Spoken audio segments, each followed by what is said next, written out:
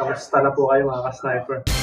So samahan niyo po ako today, unbox po natin yung helmet na binili ko po para sa aking anak. So pa-birthday po namin ito ni Michi sa aking anak. So samahan niyo po kami sa pag-unbox natin dito.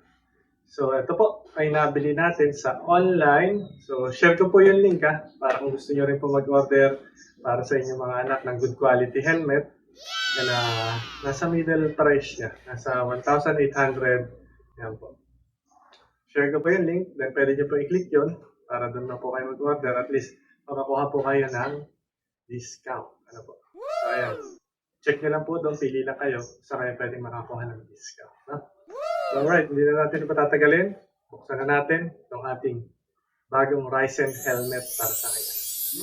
Alright, so half face po ito.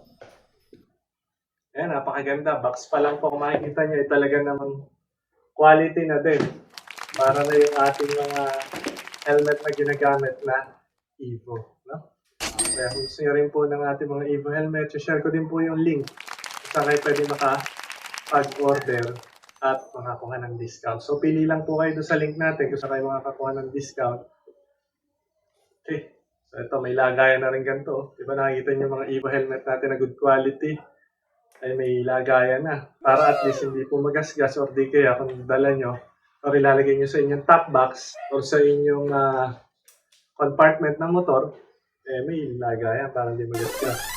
May nalaglag. May kasama na rin po siyang free na Ryzen Junior sticker. Pwede nyo pa idikit to sa bag ng anak nyo or kung saan nyo gusto idikit.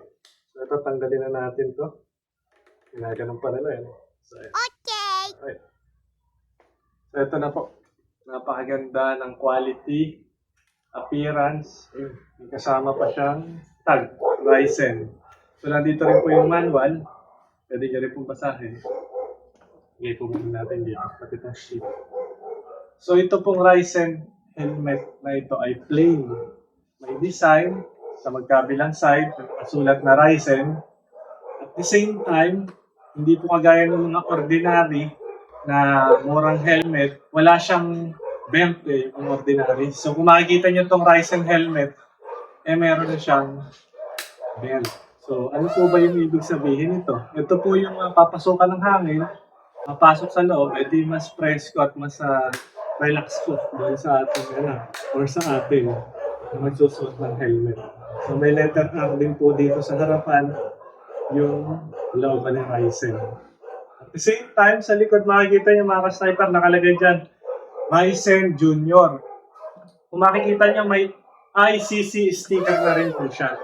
It means po, napasa po ang Ryzen helmet sa ICC. Yes. Ano?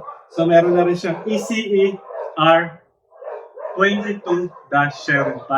So, pasa na rin po siya sa test ng ECE R22. So, dalawang test din po. Parang yung ating mga Evo helmet, dumaan din po yan sa mga quality test. So, mas maganda po yun, at least, para sa safety natin sa ating anak. No? So, ito po yung lens niya. Meron po siyang clear lens.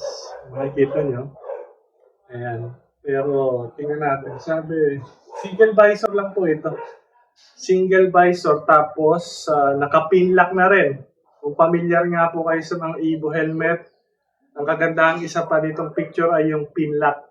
Pag nilock nyo siya dito, hatakin nyo, kahit batakin nyo, hindi siya matatanggal. Pero, kung gusto nyo po siyang alisin, easy lang po siya alisin. Hilahin nyo lang tong pula, tanggal na po siya. So, pagka naman nilock nyo, haltakin nyo ganyan, hindi matatanggal. So, isang safety features din, ang kagandahan nitong Ryzen, para kaya rin ng mga Evo helmet natin. Good quality. So, si Ryzen, good quality. Magandang klase. Thank you, Lord. At nakahanap din tayo ng magandang helmet para sa amin. So, ito. Si-share ko po yung link dun sa ating description. Bigyan, minsan nag-a-appear yan sa video natin. Pwede nyo siya i-click doon para kung sakali doon na kayo mag-order. Gusto nyo rin orderan ng good quality helmet. So, abangan nyo po yung ating mga air rifle vlog na gagawin. So, mag-shoot din po tayo after nito ng ating bagong unit para sa ating air rifle. Maraming salamat po mga ka-sniper. Pakishare nyo din po ito ating mga video na ginagawa para makatulong sa ating mga sniper. Sa Kamoto Adventure. Salamat po. Happy New Year po ulit.